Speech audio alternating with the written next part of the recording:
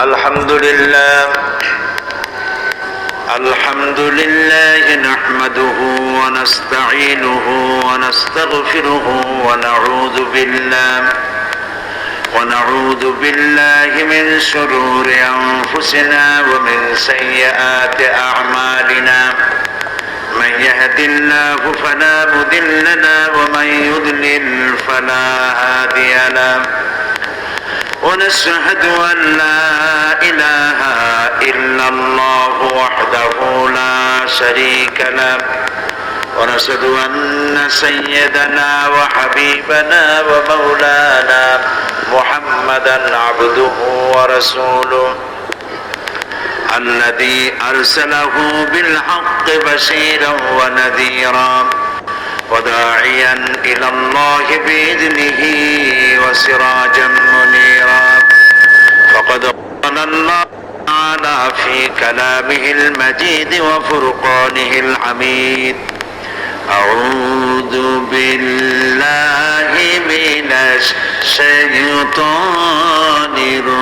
الرجيم بسم الله الرحمن الرحيم إن الله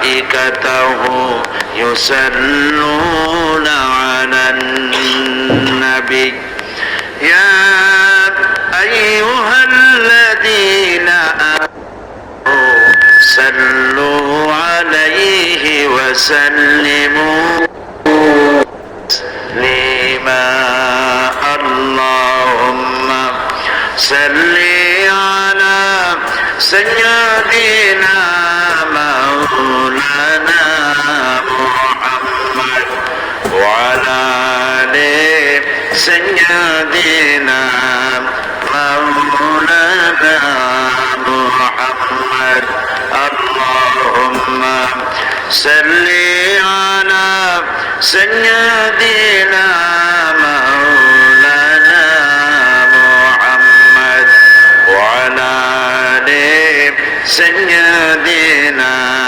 مولانا محمد بلغ العلا بكماله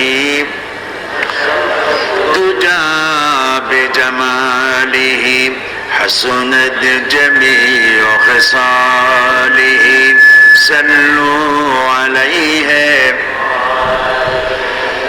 درفشانی نے تیری خطروں کو دریا کر دیا दिल को रोशन कर दिया है आँखों को बीना कर दिया बलगल उला बिकमालिही कशफत तुजा बिजमालिही हसनत जमीउ खसालिही सल्लू अलैहि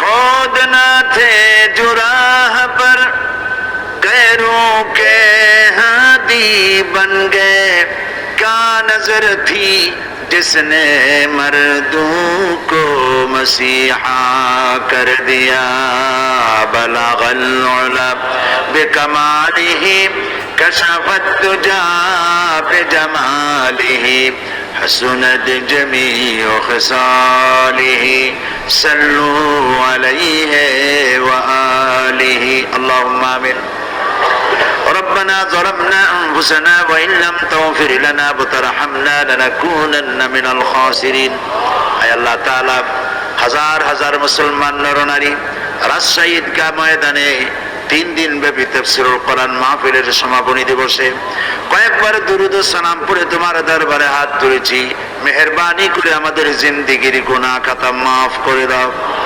রব্বুল আলামিন এই মাহফিলের আয়োজন যারা করেছেন শোনার জন্য যারা এসেছেন কিয়ামতের দিন মুসিবতের সময় এই মাহফিল আমাদের সকলের জন্য নাজাতের ওসিলা বানিয়ে দিও আল্লাহ ইয়া রব करम तू अगर करे वो बात जुबां को जो दिल पर असर करे।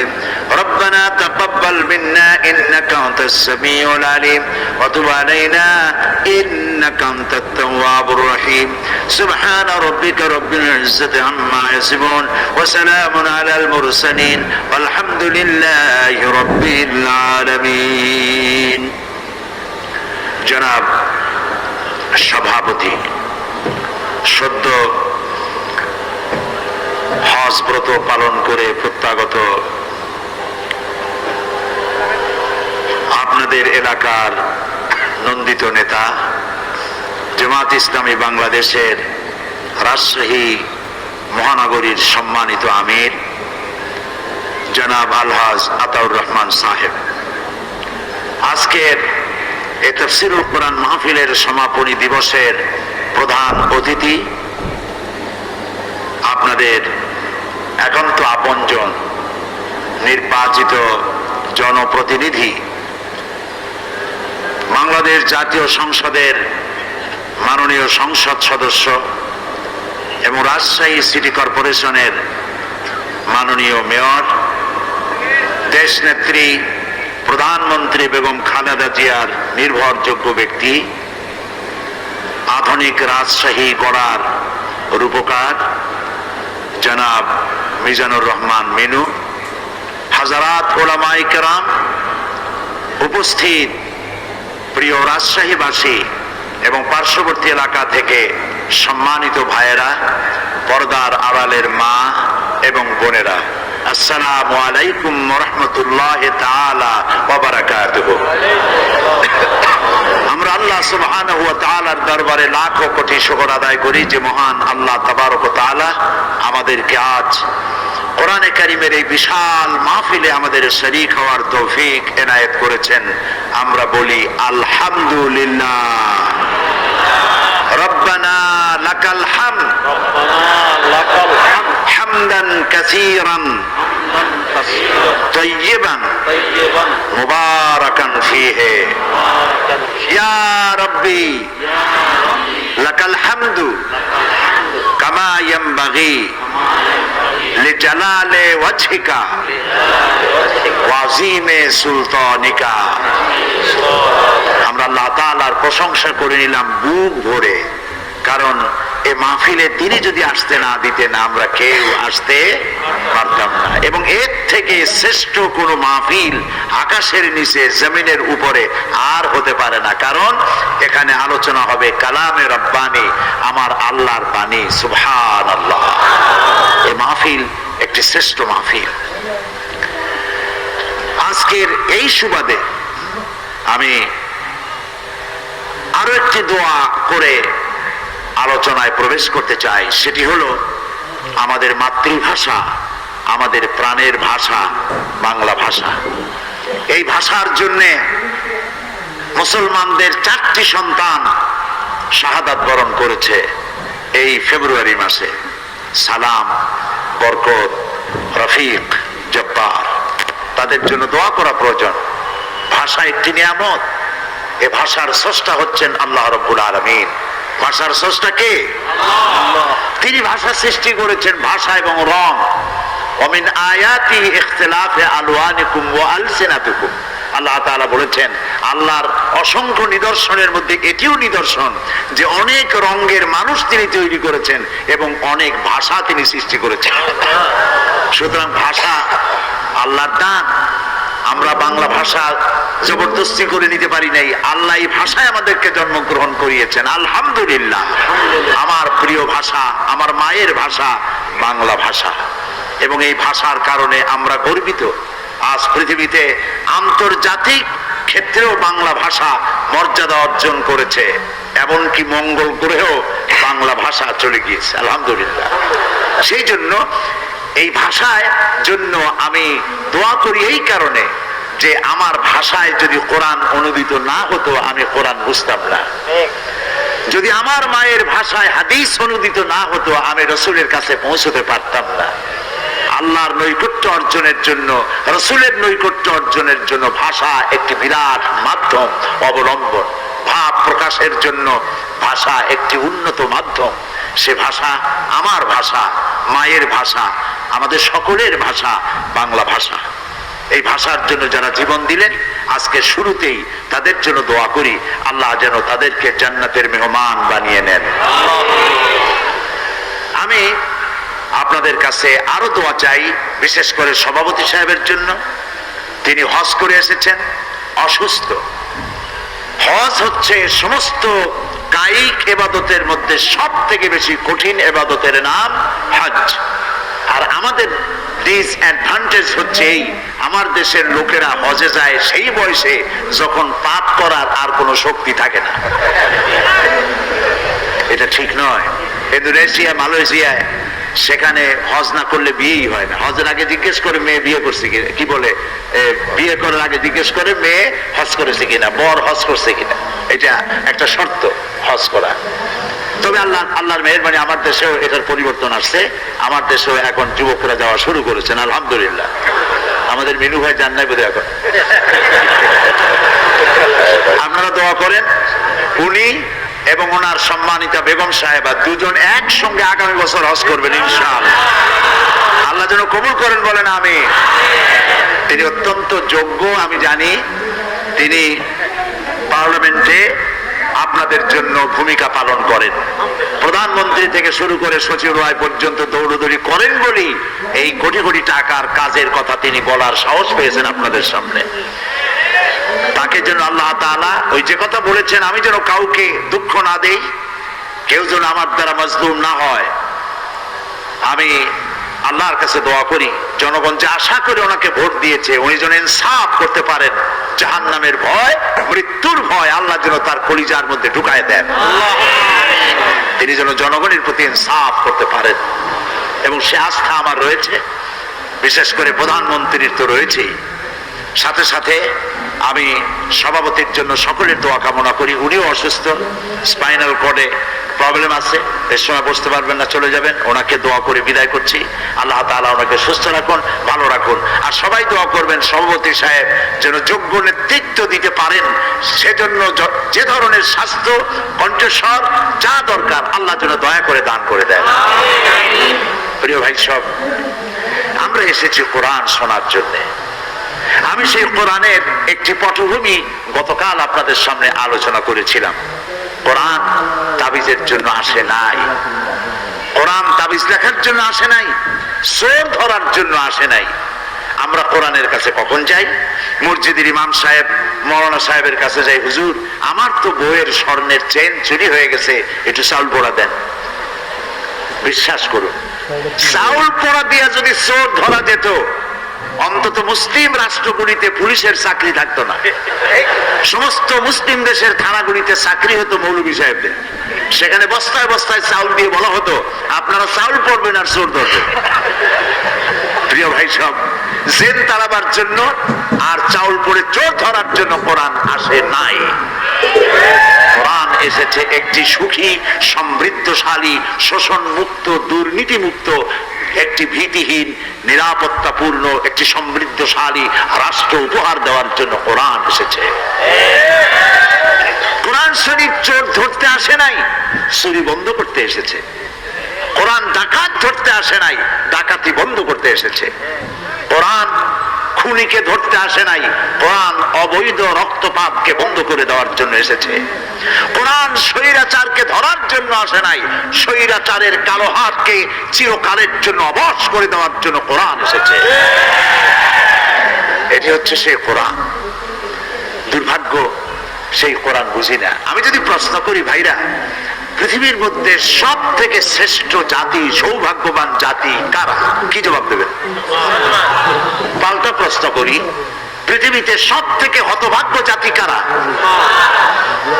একই জবাব। সৌভাগ্যবান জাতি মুসলমান, হতভাগ্য জাতিও মুসলমান। সৌভাগ্যবান জাতি কেন? সৌভাগ্যবান জাতি এই কারণে, যেহেতু তাদের কাছে কোরআন আছে।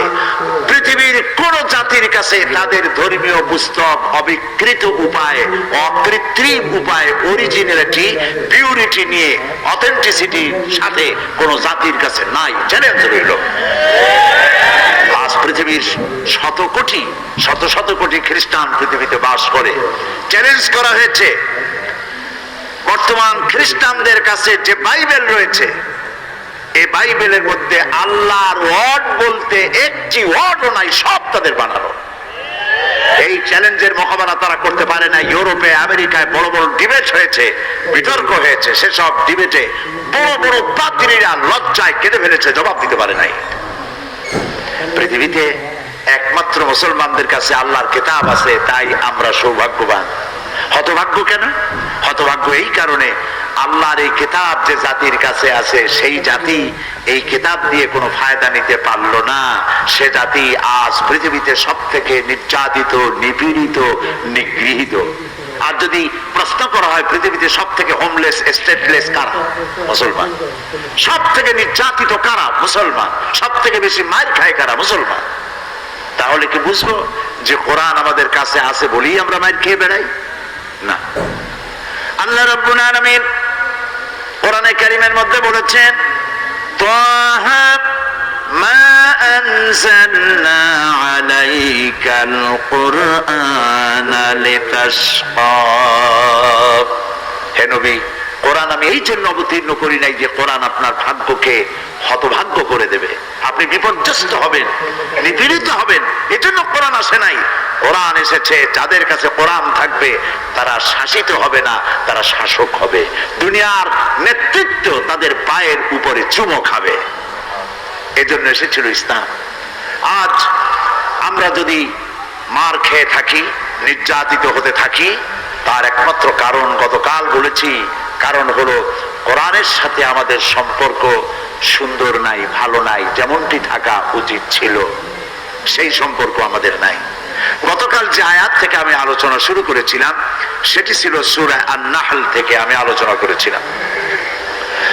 সেই আয়াতটি আবার তেলাওয়াত করে ওর আলোকে আমি আলোচনা করব বিমাশিয়াতিল্লাহ তাআলা, আল্লাহ যদি বলার তৌফিক দেন।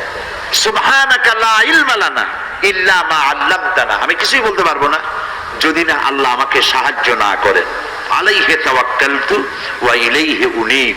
কোরআন কেমনে আমি আপনার সামনে পেশ করব? লোকেরা আমাকে মুফাসসিরে কোরআন বলে, কিন্তু আমি মনে করি আমি কোরআনে কারীমের তাফসীরের একজন ছোট্ট ক্ষুদ্র নগণ্য তালিবে ইলম, ছাত্র মাত্র। কোরআন এক বিশাল মহাসমুদ্র, আটলান্টিক মহাসাগরের অতল তলদেশ স্পর্শ করা তো মানুষের জন্য সম্ভব, কিন্তু কোরআনের তলদেশ স্পর্শ করা সম্ভব নয়। এটা কোনোদিন পুরাণ হবে না। নবী করিম সাল্লাল্লাহু আলাইহি ওয়াসাল্লাম বলেছেন, লা তুহসা আজাইবুহু ওয়ালা তুবলা গারাইবুহু। এই কোরআনের আশ্চর্যকারিতা, বিস্ময়কারিতার কোনো শেষ নাই। কোরআন কোনোদিন পুরাতন হবে না, জীর্ণ হবে না।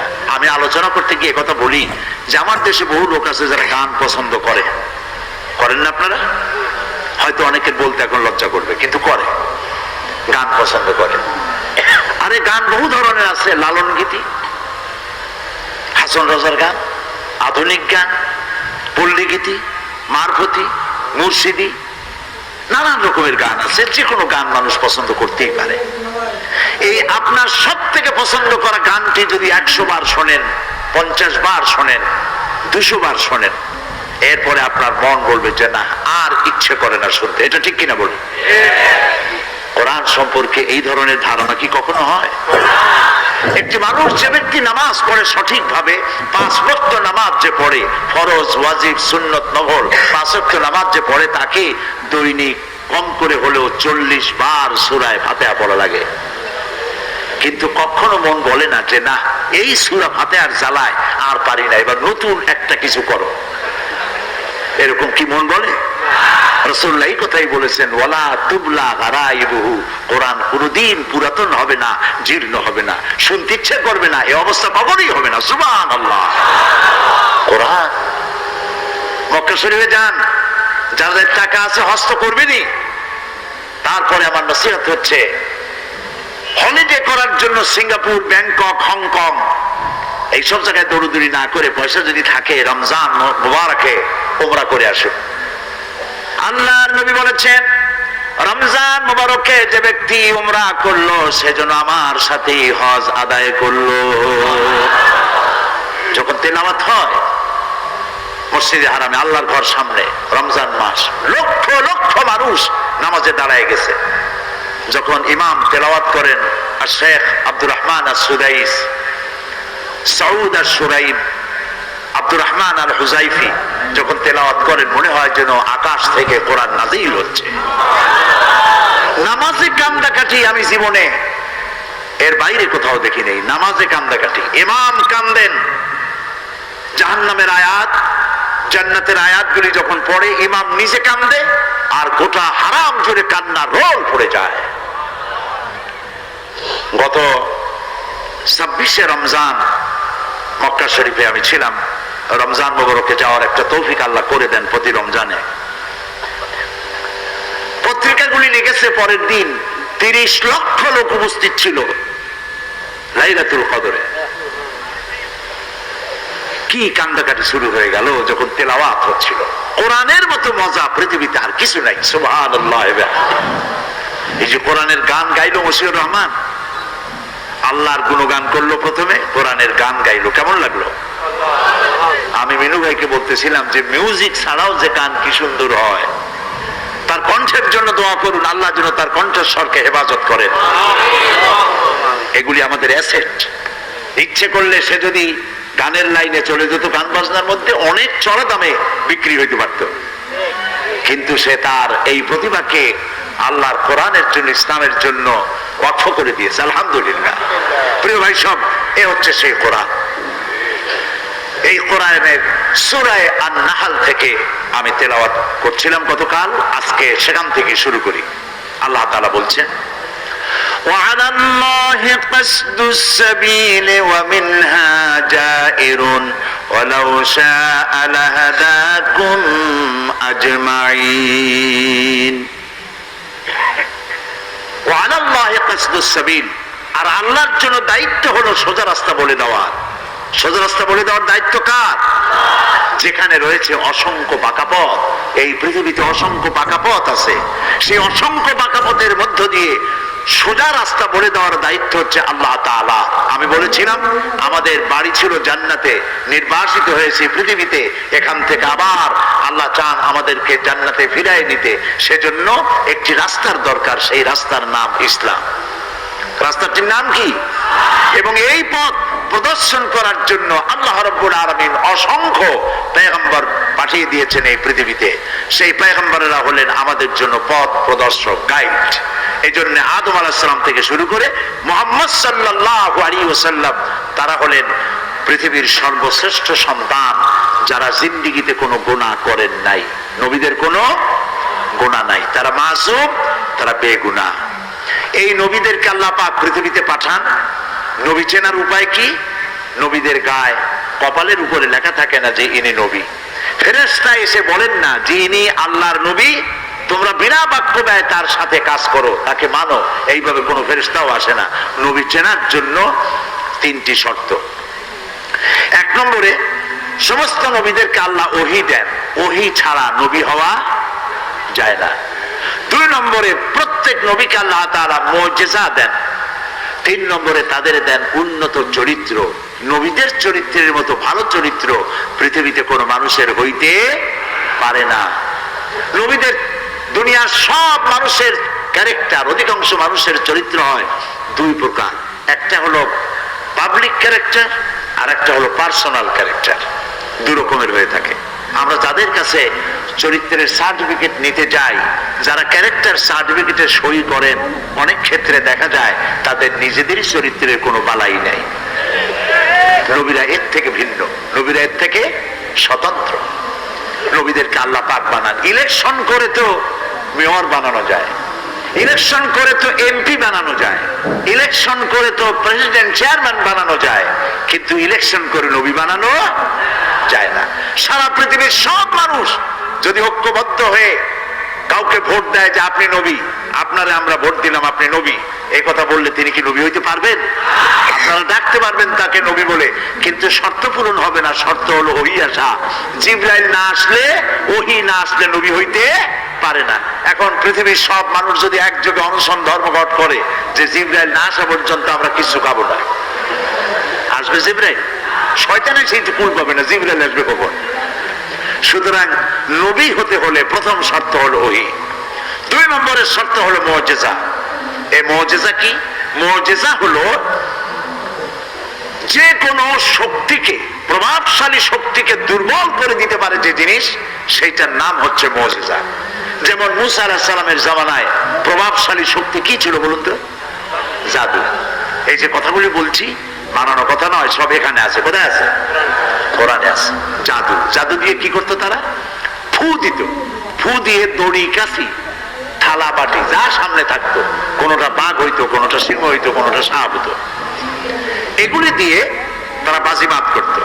মুসা আলাইহিস সালাম সেই যুগে আসলেন, আল্লাহ তাআলা তাকে দিলেন মুজিজা, ওই জাদু দুর্বল করার মতো ক্ষমতা। কোরআন বলছে সূরা তাহা, আল্লাহ রাব্বুল আলামিন বললেন ওয়ামা তিলকা বিয়ামিনিকা ইয়া মুসা। মুসা হে, তোমার হাতে, ডান হাতে ওটা কি? তিনি বললেন এটি একটি লাঠি। এরপরে লাঠির আরো গুণাগুণ তিনি বয়ান করলেন। আল্লাহ তাআলা বললেন হাতের লাঠিটা ফেলে দাও। তিনি লাঠি ফেলে দিলেন। কি হয়ে গেল? হিয়া হাইয়াতুন তাসআ, বিরাট সাপ হয়ে গেল। মুসা আলাইহিস সালাম ভয় পেলেন। আল্লাহ তাআলা বললেন খুযহা ওয়ালা তাখাফ, ভয় পেও না, ধরো। সাপের প্রতি নবী হোক, আলেম হোক, পীর হোক, মানুষ হোক, যে কেউ হোক, সাপ দেখলে ভয় হবে, ঠিক কিনা? মুসা আলাইহিস সালাম ভয় পেয়েছেন। আল্লাহ বললেন ভয় পেও না, ধরো।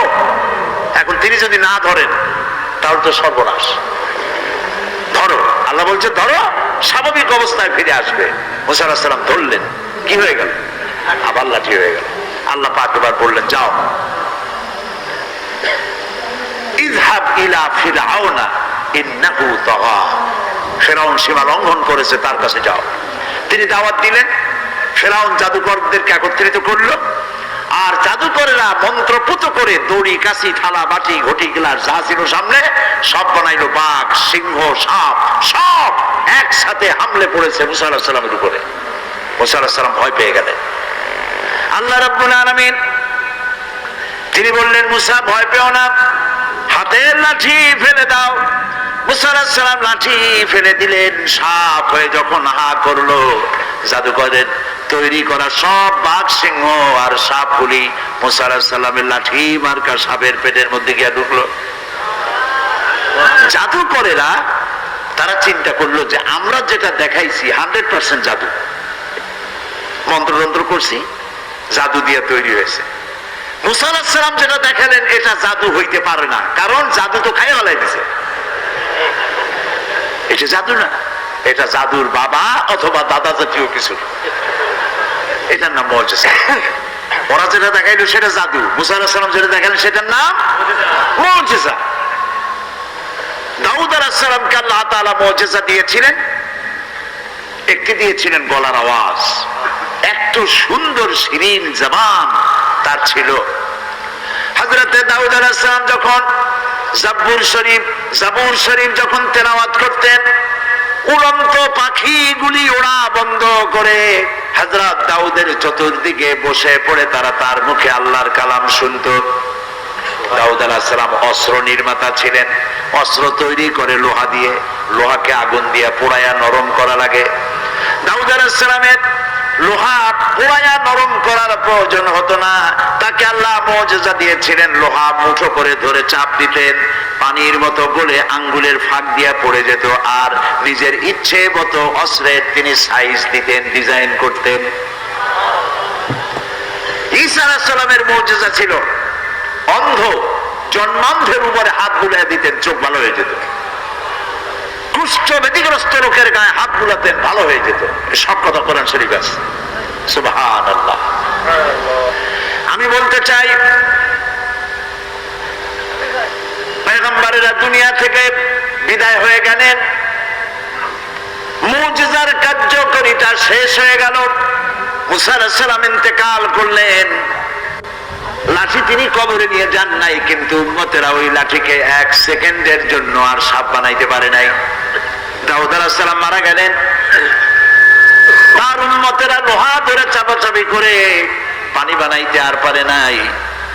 সুলাইমান আলাইহিস সালামের মুজিজা ছিল সিংহাসনে বসতেন। সারা বিশ্বের বাদশা আল্লাহ তারে বানাইছিলেন, সিংহাসনে বসতেন। এই কোরআনের সূরা নামলের মধ্যে আল্লাহ পাক বলেছেন সকাল বেলায় সিংহাসনে বসতেন, 1 মাসের পর তিনি বাতাসের উপর থেকে উড়ে যেতেন। আবার সন্ধ্যা বেলায় আর 8 মাসের পর তিনি ব্যাক করতেন, ইঞ্জিনের দরকার হতো না। তিনি ইন্তেকাল করলেন, সিংহাসনটা কবরে নিয়ে যান নাই। তার উম্মতেরা 1 সেকেন্ডের জন্য এই সিংহাসনকে 1 ইঞ্চি জমিনের উপরেও আর উঠাইতে পারে নাই। ঈসা আলাইহিস সালাম মারা যাননি, আল্লাহ তাকে উঠায় নিয়েছেন। তার শত শত কোটি উম্মতের দাবিদার খ্রিস্টান জগতের লোকেরা কারো অন্ধ লোকের চোখ ভালো করতে পারে নাই, কুষ্ঠব্যাধিগ্রস্ত লোককে হাত বুলাইয়া ভালো করতে পারে নাই। তার মানে হলো নবী ইন্তেকাল করেছেন, মুজিজার কার্যকারিতা সেখানে শেষ হয়েছে। কিন্তু আপনার আমার নবী, বিশ্ব নবী মুহাম্মদুর রাসূলুল্লাহ সাল্লাল্লাহু আলাইহি ওয়াসাল্লাম, তার নবুয়তের জীবনে 3 সহস্রাধিক মুজিজা সংঘটিত হয়েছিল। এই 3 সহস্রাধিক মুজিজার ভিতরে শ্রেষ্ঠ মুজিজার নাম কোরআন শরীফ। তিনি ইন্তেকাল করেছেন, মুজিজা কবরে নিয়ে যান নাই। এর কার্যকারিতা কিয়ামত পর্যন্ত অক্ষুণ্ণ থাকবে। মানুষ কোরআন বুঝে না যারা, তারাও যখন কোরআনের তেলাওয়াত শুনে চোখ দিয়ে দরদর করে পানি নামতে থাকে। কোরআন শরীফের আলোচনা শুনে বাপ দাদার ধর্ম পরিত্যাগ করে মুসলমান হয়ে যায়। প্রসঙ্গক্রমে আল্লাহ শুকরাতে বলছি, এই কোরআনের তাফসীর বিগত 40 বছর একটানা আল্লাহ তাআলা তার গোলামকে করার তৌফিক দিয়েছেন, দেশে এবং দেশের বাইরে। এই কোরআন এই তাফসীর করাকালীন সময় বাংলাদেশ এবং তার বাইরে এ পর্যন্ত কোরআনে কারিমের তাফসীর শুনে আমার কাছে 6 শতাধিক হিন্দু, খ্রিস্টান, বৌদ্ধ, ইসলাম কবুল করেছেন। এটাই হচ্ছে কোরআনের মুজিজা। এটার নাম কোরআনের মুজিজা। কোরআনের মুজিজা তাকায় দেখেন আজকের মাহফিলের দিকে, এর নাম কোরআনের মুজিজা। একটি জনসভা যদি হতো তাহলে আপনাদেরকে বাস ভাড়া দিয়ে আনতে হতো, ঠিক না? এই দারুল ইসলাম ট্রাস্ট রাজশাহী আপনাদেরকে বাস ভাড়া দিছে? সত্যি করে বলেন, রিক্সা ভাড়া দিছে? তাহলে অন্তত রাতের খানা আপনাদেরকে সরবরাহ করবে। বাস ভাড়া, রিক্সা ভাড়া তো দূরের কথা, খাওয়ার দাওয়া তো দূরের কথা, একটা চকলেটও আপনারা পাবেন না। এটা ঠিক কিনা? তাহলে এই যে আপনাদের আগমন, আপনাদের আশা, বড় পয়সা এখানে দিয়ে যাবেন, ওনাদের খরচের টাকা দিয়ে যাবেন না আপনারা? তাহলে এই যে আপনারা আসলেন, এই আশাটির পেছনে আকর্ষণ কি? আল্লাহর কসম, এই আকর্ষণ সাইদি নয়, এই আকর্ষণ একমাত্র আল্লাহর কিতাব কোরআন শরীফ। মানুষ পঙ্গপালের মতো কোরআনের দিকে ছুটে আসে, কিন্তু দুর্ভাগ্য, কোরআন শুনি কিন্তু বাস্তবে আমল করি না। পাশ্চাত্যের একজন পপ সিঙ্গার, নাম তার ক্যাট স্টিভেন, বাড়ি তার লন্ডনে, মেগা স্টার। এখন যেমন পপ সিঙ্গারদের মধ্যে মেগা স্টার হচ্ছে মাইকেল জ্যাকসন। একবার আমেরিকায় আমি টিভি দেখতেছিলাম, তো শুনলাম টিভি বলল যে রাতের বেলায় রাত এতটা এত মিনিটে মাইকেল জ্যাকসনের গান হবে।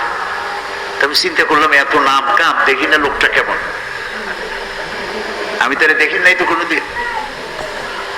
রাত ঠিক সেই সময় টিভিটা অন করলাম, আমি বুঝতে পারলাম না এটা পুরুষ না মেয়ে লোক।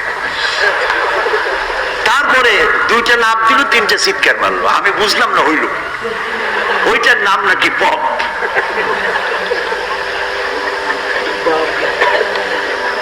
আর ওনার আগে, এই মাইকেল জ্যাকসনের আগে ছিল ক্যাট স্টিভেন।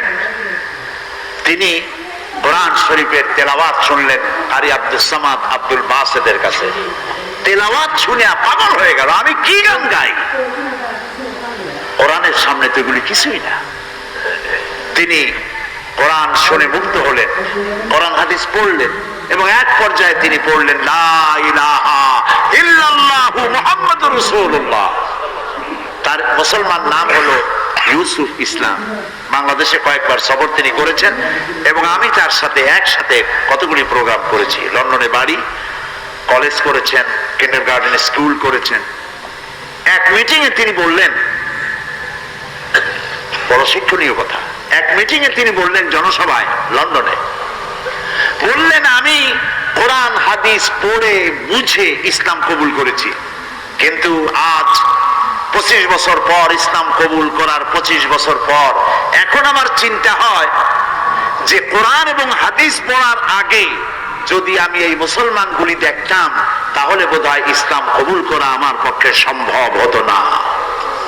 আমার কাছে মনে হলো ইউসুফ ইসলাম যেন গোটা মুসলিম মিল্লাতের গালের উপর একটা থাপ্পড় কষে দিয়েছে। তিনি বলতে চাইলেন কোরআন আর হাদিস যে মুসলমান ডিমান্ড করে, যে কোয়ালিটি কামনা করে যে মুসলমানদের, আমরা সেই মুসলমান নই। আমি গতকালও বোধহয় বলেছি এই কথা, যে মরা মানুষ চিন্তা হওয়ার কোন সুরত যদি থাকতো আর একজন সাহাবী যদি চিন্তা হতে পারতেন তাহলে আমাদের অবস্থা দেখে বলতেন আল্লাহর কসম, রাসূলুল্লাহ যে মুসলমান বানায় রেখে গিয়েছিলেন আল্লাহর কসম এগুলি সেই মুসলমান না। প্রিয় ভাই সব, কোরআন পৃথিবীতে এসেছিল একটি সুন্দর সঠিক মানব গোষ্ঠী তৈরি করা, যারা চুরি করবে না, ডাকাতি করবে না, জেনা করবে না, হত্যা করবে না, ধর্ষণ করবে না, যারা হবে সুখী, যারা হবে সমৃদ্ধশালী, যাকে দেখে কেউ ভয় করবে না, যাকে দেখে আশ্রয় পাবে মানুষ। রাসূলুল্লাহ তাই ছিলেন। প্রিয় ভাই সব, এই নবুয়তের মিশন যারা আল্লাহ তাআলা যাদেরকে নবী বানালেন, সেই নবীদের মধ্যে শ্রেষ্ঠ নবী, সর্বশেষ নবী, যার নাম বিশ্ব নবী মুহাম্মদুর রাসূলুল্লাহ সাল্লাল্লাহু আলাইহি ওয়াসাল্লাম। দুনিয়ায় যত নবী এসেছেন সমস্ত নবীরা হলেন এলাকা ভিত্তিক নবী, ভাষা ভিত্তিক নবী। আর আমাদের নবী কি? জোরে বলেন, বিশ্ব। কোথায় পাইলাম? এইখানে, এই কোরআন শরীফ। আল্লাহ রাব্বুল আলামিন বলেন, কুল ইয়া আইয়ুহান নাসু ইন্নী রাসূলুল্লাহি ইলাইকুম জামিআ। আল্লাহ তাআলা বলেন, নবী আপনি বলুন, হে মানব সকল, আমি আল্লাহর পক্ষ থেকে তোমাদের সকলের জন্য আমি রাসূল হয়ে এসেছি। এই পৃথিবীতে সব থেকে বেশি মর্যাদা দিয়েছেন আল্লাহ তাআলা তার রাসূলকে। কোরআন শরীফে সমস্ত নবীদেরকে তো আল্লাহ নাম ধরে ধরে ডেকেছেন, ইয়া আদম, ইয়া জাকারিয়া, ইয়া ইয়াহইয়া, ইয়া মূসা, এমনকি আমার জাতির পিতারও নাম ধরে ডাকছেন আল্লাহ। বলেন নাই ও মুসলমানদের জাতির পিতা? জাতির পিতা কে? আসতে বললেন কেন? সন্দেহ আছে? জাতির পিতা কে? এই ঈমান মজবুত রাখবেন। জাতির পিতা একাধিক হওয়া মোটেই ভালো না। পিতা একজন হওয়া ভালো, বেশি হওয়া কি সুলক্ষণ না কুলক্ষণ? মুসলিম মিল্লাতের পিতা, মিল্লাত আবিকুম ইব্রাহিম হুয়া সাম্মাকুমুল মুসলিমিন, মুসলিম জাতির পিতা ইব্রাহিম আলাইহিস সালাম, তাকেও আল্লাহ নাম ধরে রেখেছেন। কোরআনে কারিমে দেখতে পাই আল্লাহ রাব্বুল আলামিন তাকে ডেকেছেন এই বলে, ওয়ানাদাইনাহু আইয়া ইব্রাহিম قد صدقت الرؤيا إنا كذلك نجزي المحسنين। আমি ইব্রাহিমকে ডেকে বললাম, হে ইব্রাহিম, তুমি তোমার স্বপ্নকে বাস্তবে রূপ দিয়েছো, আর আমি এইভাবে করে মুহসিনিনদেরকে আমি পুরস্কৃত করে থাকি। প্রিয় ভাই সব, আল্লাহ রাব্বুল আলামিন একমাত্র নবী যার নাম ধরে ডাকেন নাই। নাম কি তার? বলেন, মুহাম্মদুর রাসূলুল্লাহ সাল্লাল্লাহু আলাইহি ওয়াসাল্লাম নাম ধরে আল্লাহ ডাকেন নাই। যখনই ডাকার দরকার হয়েছে আল্লাহ আদর করে ডেকেছেন, ইয়া আইয়ুহার রাসূল, হে রাসূল, ইয়া আইয়ুহান নবী, হে নবী, ইয়া আইয়ুহাল মুজাম্মিল, ইয়া আইয়ুহাল মুদ্দাসসির, ইয়াসিন, তাহা, প্রিয় প্রিয় নামে, সুন্দর সুন্দর নামে ডেকেছেন আর উম্মতকে বলেছেন। আল্লাহ তাআলা এই কোরআনে কারিমে বলেছেন, তোমরা যেভাবে পরস্পর পরস্পরকে নাম ধরে ডাকাডাকি করো, এইভাবে করে আমার নবীকে নাম ধরে ডেকো না। আল্লাহ নিষেধ করেছেন। এমনকি কথা আপনারা জানেন যে যদি কোনো মানুষ মা বাবার সাথে বেয়াদবি করে তাহলে সেটা শুধু বেয়াদবিই থাকে। পীরের সাথে বেয়াদবি করলো বেয়াদবি, এর থেকে বেশি কিছু হয় না। কিন্তু নবীর শানে, মুহাম্মদ সাল্লাল্লাহু আলাইহি সাল্লামের শানে যদি কেউ বেয়াদবি করে, সেটা বেয়াদবি থাকে না, কুফরি হয়ে যায়।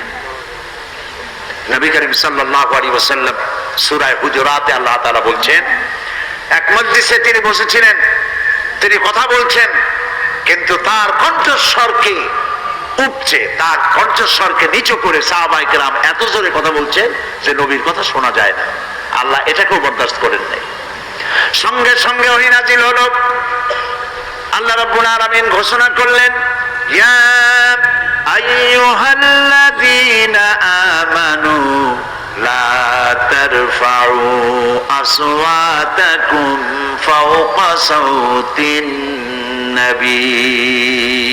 হে বিশ্বাসীরা, তোমরা যারা ঈমান এনেছো শোনো, তোমাদের কণ্ঠস্বর যেন আমার নবীর চাইতে বড় না হয়ে যায়।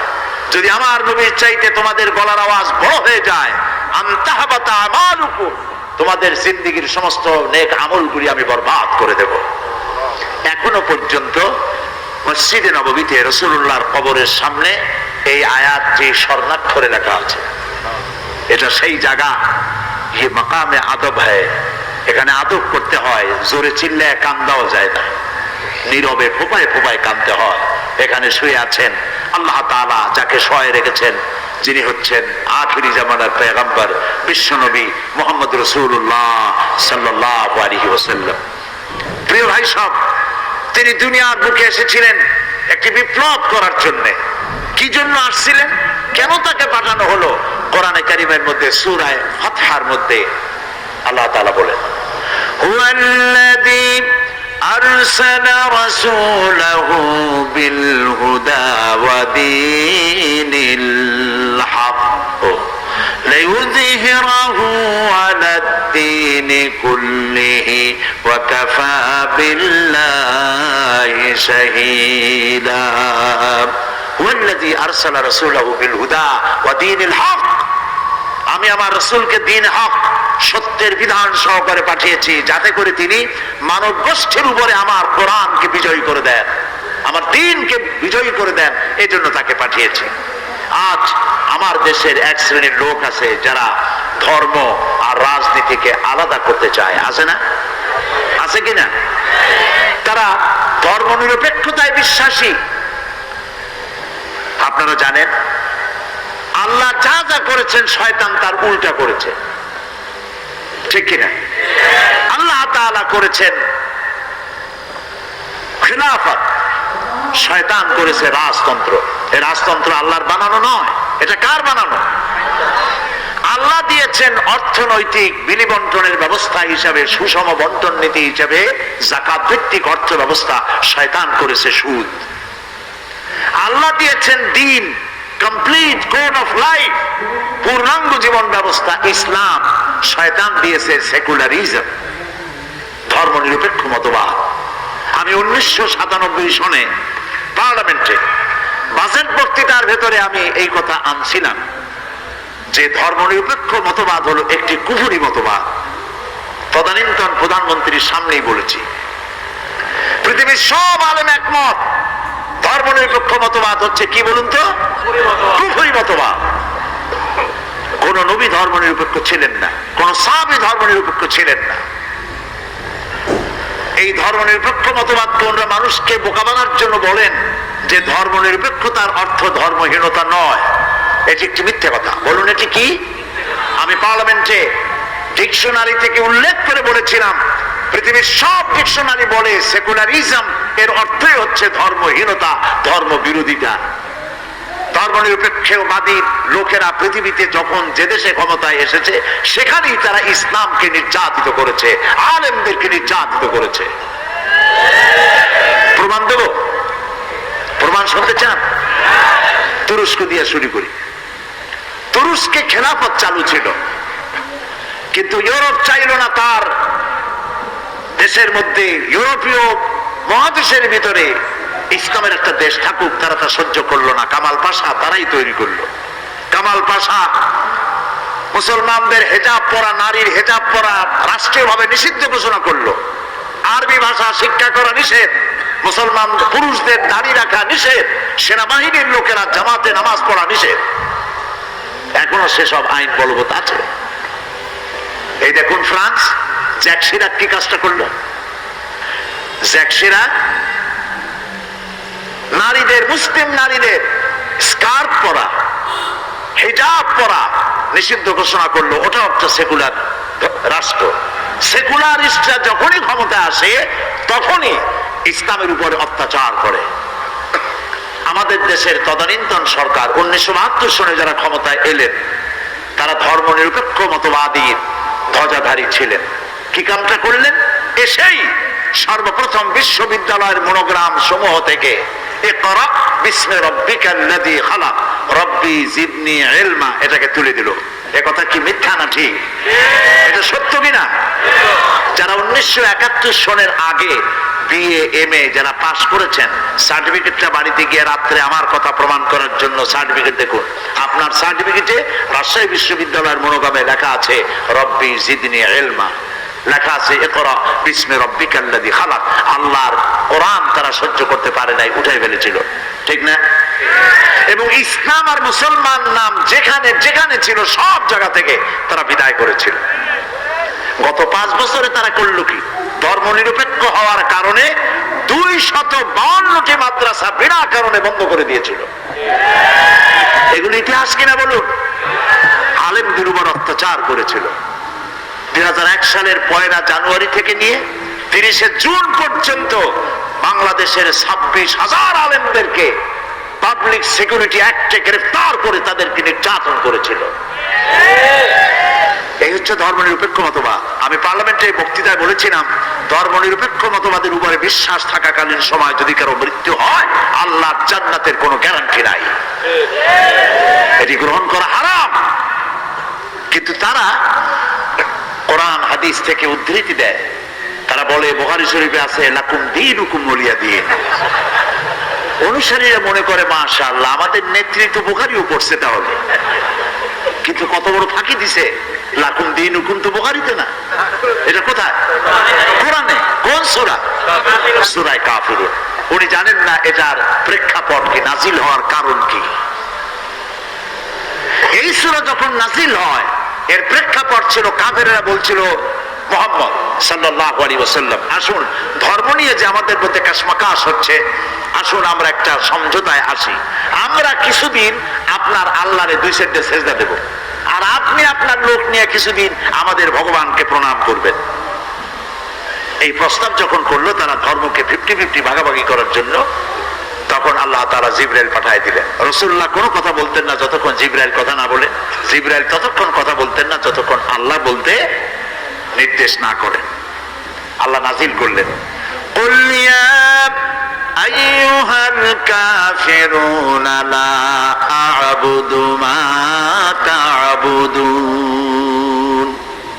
বলুন হে কাফেরেরা, তোমরা যার ইবাদত করো আমরা তার ইবাদত করি না, আবার আমরা যার ইবাদত করি তোমরা তার ইবাদত করো না। সুতরাং সিদ্ধান্ত হচ্ছে এই লাকুম দীনুকুম ওয়ালিয়া দীন। তোমাদের ধর্ম তোমাদের জন্য, আমাদের ধর্ম আমাদের জন্য। তোমরা তোমাদের দ্বীনের পক্ষে থাকো, আমরা আমাদের দ্বীনের পক্ষে থাকি। এখানে নিরপেক্ষতার কথা কোথায় পেলে? ধর্মের ব্যাপারে নিরপেক্ষ থাকতে পারে কেবলমাত্র শয়তান, মুসলমান পারে না। আপনাকে পক্ষে থাকতে হবে। ধর্মের ব্যাপারে রাসূলুল্লাহ কি নিরপেক্ষ ছিলেন? তাহলে সারা জীবন তিনি করলেনটা কি? একজন সাহাবী পাওয়া যাবে না যিনি ধর্মের ব্যাপারে নিরপেক্ষ ছিলেন। আপনি পক্ষে থাকেন। যেমন রাজশাহী থেকে ঢাকা যাবেন বিশ্ব রোড, হয় আপনি রাইটিস্ট হবেন না হয় লেফটিস্ট হবেন, হয় ডান দিক দিয়ে চলেন না হয় বাম দিক দিয়ে চলেন। কিন্তু কেউ যদি বলে আমি রাইটিস্ট হব না লেফটিস্ট হব না, আমি মিডিলিস্ট হব, আমি রাস্তার মাঝখানে থাকবো, আমি নিরপেক্ষ, এই রাস্তার মাঝখানে দাঁড়িয়ে নিরপেক্ষতা যদি পালন করেন, কিছুক্ষণের মধ্যে ট্রাক বাবাজি আসবে আপনারে মামলা বানাই দিয়ে যাবে রাস্তার উপরে। অনুরূপ ভাবে হয় আপনাকে ধর্মের পক্ষে আসতে হবে, আর না হয় বলতে হবে আমি ইসলাম পছন্দ করি না, বেরিয়ে যান। আপনি এবং আপনার অনুসারীরা কয়েক লক্ষ যদি ইসলাম থেকে বেরিয়ে যায়, ইসলামের কোনো ক্ষতি আছে? কোনো ক্ষতি নাই। সুতরাং হয় ডান দিকে আসেন না হয় বাম দিকে চলেন, হয় ইসলামের পক্ষে আসেন না হয় ইসলামের বিপক্ষে চলে যান। মাঝখানে নিরপেক্ষতা অবলম্বন করে করার কোন যৌক্তিকতার সুযোগ ইসলাম কাউকে দেয় না। আপনি মাঝখানে দাঁড়িয়ে থাকবেন, রাস্তার মাঝখানে দাঁড়ালে যেভাবে শয়তান এসে, যেভাবে ট্রাক এসে আপনার কাম সারিয়ে দেবে, সেইভাবে শয়তান এসে লাথি মেরে জাহান্নামে ফেলে দেবে। এই জন্য কোন মুসলমান ধর্ম নিরপেক্ষ হতে পারে না। রাসূলুল্লাহ ধর্ম নিরপেক্ষতার দাওয়াত দিতে আসেন নাই। ধর্ম নিরপেক্ষ জিনিসটা কি? জিনিসটা হলো তাদের বক্তব্য হচ্ছে আমার ধর্মের ব্যাপার আমার ব্যক্তিগত ব্যাপার, আমার খুশি আমি নামাজ পড়বো, রোজা রাখবো, হজ করবো, যাকাত দিব, আমার ব্যাপার। কিন্তু আমার অর্থনীতি, আমার সমাজনীতি, আমার রাজনীতি, আমার নির্বাচন, আমার কলকারখানা, আমার ক্ষেত খামার, এগুলি চলবে আমার কথা মতো, আমার বাজানের কথা মতো, আমার দলের কথা মতো। এটা কি ইসলাম মানবে? ইসলাম কেরা মানবে? কখনোই নয়। সেই জন্য আপনাকে তাদের কথা মতো, তারা তো বলে যে শুধুমাত্র মাদ্রাসা মসজিদের ভিতর ইসলাম থাকবে, আর বাকি জীবনের বিস্তীর্ণ অঙ্গনে আল্লাহ এবং রাসূলের প্রতি 144 দিয়ে দেওয়া হয়। 144 ধারা আমার জীবনের বিস্তীর্ণ অঙ্গনে তোমরা প্রবেশ করতে পারবে না। এখন আমি আপনাদের কাছে প্রশ্ন করি, আল্লাহর দরকার যদি বঙ্গভবনে না হয়, আল্লাহর প্রয়োজন যদি পার্লামেন্টে না হয়, আল্লাহর কোন জরুরত যদি সেক্রেটারিয়েটে না থাকে, আল্লাহর কোন জরুরত যদি শিক্ষাঙ্গনে না থাকে, কল কারখানায়, অফিস আদালতে, ক্ষেত খামারে আল্লাহর জরুরত যদি না থাকে, তাহলে অবশেষে এই আল্লাহর দরকারটা কি? বুঝতে পারতেছেন কথা? এই জন্য আল্লাহ রাব্বুল আলামিন বলেন, আফাতুমিনুনা বিবাদিল কিতাবি ওয়া তাকফুরুনা বিবাদ। আল্লাহ তাআলা বলেন, তোমরা কোরআনের কিছু কথাকে স্বীকার করবে, কিছুকে করবে অস্বীকার। এটা যদি হয়, তাহলে এই পৃথিবীর মুখে লাঞ্ছনার জীবন তোমাদের দেব, আর কিয়ামতের ময়দানে কঠিন শাস্তি তোমাদের ভোগ করা লাগবে, জাহান্নামে যেতে হবে। এই জন্য ইসলামের পক্ষে থাকতে হবে। কোন দিকে থাকবেন বলেন? চিল্লায় বলেন। কোন মুসলমান সন্তান যে মুসলমান মায়ের গর্ভে এসেছে, মুসলমান পিতার জন্ম হয়েছে, ধর্ম নিরপেক্ষতা অবলম্বন করে চলা হারাম। তাদের অবস্থা দেখেছেন? মিটিং করে, মিছিল করে, কখনো হাজার স্লোগান দেয়, আল্লাহু আকবার স্লোগান নাই। বলেন ঠিক কিনা? সেই দলের লোকেরা যদি আজ মাহফিলে থাকেন, আমি তাদের বিবেকের কাছে প্রশ্ন করি, আপনি আপনার দলের নেতা এবং নেত্রীকে প্রশ্ন করতে পারেন না? আমি মুসলমানের সন্তান, হাজারো জয় জয় করে নানান স্লোগান দিতে পারি, আল্লাহু আকবার বলতে পারি না কেন? এটা তো হিন্দুস্তান নয়, এর নাম বাংলাদেশ। 14 কোটি মুসলমানের জায়গা, কেন আল্লাহু আকবার বলতে পারি না? না পারার কারণ আমরা জানি, সামান্য কয়েকটা সংখ্যালঘুদের ভোট নেওয়ার জন্য আল্লাহর নাম তারা পরিত্যাগ করেছে। এই জন্য যারা মুসলমান, ধর্ম নিরপেক্ষবাদীদের সাথে কোনো সম্পর্ক নাই, তাদেরকে তওবা করে ফিরে আসতে হবে। আল্লাহ যেন তৌফিক দেন বলি আমি। ধর্ম নিরপেক্ষ মতবাদ এলো থেকে, এটাও আপনাদের জানা দরকার। না জানা দরকার নাই? জানা দরকার। ধর্ম নিরপেক্ষ মতবাদের জন্মদাতা কে? আগে বলেছি আমি। বলেন কে? শয়তান। চিল্লায় বলেন কে? মধ্যযুগীয় ইউরোপ সভ্যতায় যখন চার্চ কর্তৃক, পাদ্রী কর্তৃক রাষ্ট্র শাসিত হলো, ঐতিহাসিক সত্য। আমরা লেখাপড়া করে বক্তব্য রাখি, গতকালও বলেছি, চোখে দেখি, পড়াশোনা করি, তারপর জনগণের কাছে উপস্থাপন করি। ধর্ম নিরপেক্ষ মতবাদ এলো থেকে। মধ্যযুগে ইউরোপ সভ্যতায় যখন পাদ্রীরা দেশ চালাইত ধর্মের নামে, তখন তারা শিক্ষিত লোকদের উপর অত্যাচার করত। গ্যালিলিওর মতো একজন মহান বিজ্ঞানীকে একটি সত্য উচ্চারণের জন্য তাকে বিষ পান করে হত্যা করেছিল। এ কথাগুলি সত্য কিনা? আমি অত্যন্ত সচেতনতার সাথে বক্তব্য রাখছি। আমি জানি রাজশাহী শিক্ষার নগরী। আমার সামনে যারা উপস্থিত, আমার ধারণা মতে 100% এডুকেটেড পারসন। আলহামদুলিল্লাহ বলেন। সেখানে তারা নারীদের উপর অত্যাচার করেছে পাদ্রীরা। তারা বলেছে নারী হচ্ছে শয়তানের দালাল, শয়তানের ব্রোকার। কিভাবে? বেহেশতের মধ্যে প্রথম পিতা, প্রথম মানুষ আদম আলাইহিস সালামকে ওয়াসওয়াসা দিয়েছে শয়তানের পক্ষ হইয়া হযরতে হাওয়া। কাজে আমরা বেহেশত থেকে যে দুনিয়ায় পড়ে গেলাম, এর জন্য দায়ী হলো নারী। এদের শুধু ভোগ করো, উপভোগ করো, কিন্তু তাদের অধিকার থেকে তাদেরকে বঞ্চিত করো। নারীরা ছিল ভোগের সামগ্রী, খেলার সামগ্রী, আর কোন অধিকার তাদের দেওয়া হতো না। এই সময় নারীরা নির্যাতিত, শিক্ষিত জনগোষ্ঠী নির্যাতিত। তখন শুরু হয়ে গেল যুদ্ধ পাদ্রীদের সাথে। যারা যুদ্ধ শুরু করলো তারা চাইলো ধর্ম বিবর্জিত সমাজ চাই, ধর্ম নিরপেক্ষ রাষ্ট্র চাই। ধর্ম পাদ্রীরা, ধর্ম থাকবে গির্জায়, আর রাষ্ট্র থাকবে ধর্ম নিরপেক্ষ মতবাদের লোকদের হাতের মুঠায়। এই সংগ্রামে পাদ্রীরা হেরে গেল, জিতল যুবকেরা, যারা ধর্ম নিরপেক্ষ মতবাদ চাইল। সেখান থেকে ধর্ম নিরপেক্ষ মতবাদ পৃথিবীতে আসলো। এবার আমার প্রশ্ন, যেই কারণে ধর্ম নিরপেক্ষ মতবাদের প্রয়োজন ছিল মধ্যযুগীয় ইউরোপ সভ্যতায়, ইসলামে এরকম কোন কারণ ঘটেছে কি? এই পৃথিবীতে শিক্ষার মর্যাদা কে দিয়েছে? প্রশ্ন করি, কে দিয়েছে? ইসলাম। চিল্লায় বলেন, কে দিছে? এই কোরআন শরীফ খুলে দেখুন, কোরআনে কারীমের মধ্যে আল্লাহ রাব্বুল আলামিন তার নবীর উপরে প্রথম যে ওহী অবতীর্ণ করলেন, তা নামাজ ছিল না, রোজা ছিল না, হজ ছিল না, যাকাত ছিল না। প্রথম ওহী যেটা ছিল সেটা হলো ইকরা বিসমি রাব্বিকাল্লাযী খালাক। নামাজ নয়, রোজা নয়, হজ নয়, যাকাত নয়, পড়ো পড়ো, রিড এন্ড রিড, শিক্ষা গ্রহণ করো। এটা ছিল প্রথম ওহী। তাহলে এটাকে শিক্ষার প্রতি উৎসাহ দেওয়া হলো না নিরুৎসাহিত করা হয়েছে? রাসূলুল্লাহ বলেছেন, উতলুবুল ইলমা ওয়ালাউ কানা বিসসিন, জ্ঞান অর্জন করার জন্য প্রয়োজনে চীনের মতো দ্রুততম দেশে গিয়েও জ্ঞান অর্জন করো, তবুও করতে হবে। এমনকি এই যে জেনারেল লিটারেসি, গণসাক্ষরতা, আপনারা আজকে গণসাক্ষরতা অভিযান করছেন, কিন্তু এটার উদ্ভাবন কে করেছেন?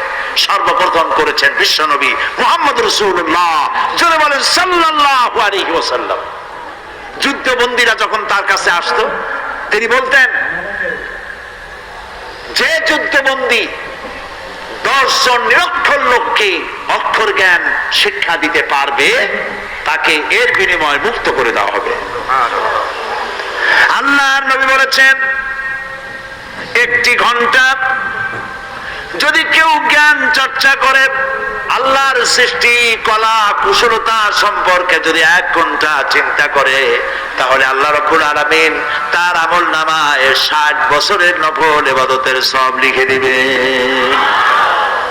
কিয়ামতের দিন শহীদের রক্ত আর জ্ঞানীর জ্ঞান চর্চার কালি ওজন দেওয়া হবে দাড়ি পাল্লা। কে বলেছেন? রাসূল বলেছেন। দেখা যাবে কিয়ামতের ময়দানে শহীদের রক্তের চাইতে জ্ঞানী ব্যক্তির জ্ঞান চর্চার কালির ওজন শহীদের রক্তের চাইতে ভারী হয়ে যাবে। রাসূলুল্লাহ আরো বলেছেন, 1 ঘন্টা যদি কেউ জ্ঞান চর্চা করে, তাহলে লাইলাতুল কদরে হাজারে আসওয়াদের সামনে দাঁড়িয়ে কেউ যদি সারা রাত ইবাদত করে, তার থেকে বেশি সওয়াব হবে। জ্ঞানীদের মর্যাদা যে ইসলাম এত বেশি দিল, সেই ইসলামে ধর্ম নিরপেক্ষতার কোন জরুরত আছে? জবাব দেন, কোন জরুরত আছে? নারীদের ব্যাপারে নারীকে সম্মান কে দিয়েছে পৃথিবীতে? বলেন বলেন আপনারা, কে দিয়েছে? ইসলাম, কেবলমাত্র ইসলাম। নারীর কি সম্মান দিল ইসলাম? নবীজি বললেন, কোন একটি ঘরে যদি কন্যা সন্তান প্রসব করে, কেউ কোন মা যদি একটি কন্যা সন্তান প্রসব করে, ওই ঘরের ভিতরে রহমতের ফেরেশতা নাজিল হয়ে গিয়ে বলে, আসসালামু আলাইকা ইয়া আহলাল বাইত, হে গৃহবাসীরা, তোমাদের উপর আল্লাহর রহমত নাজিল হোক।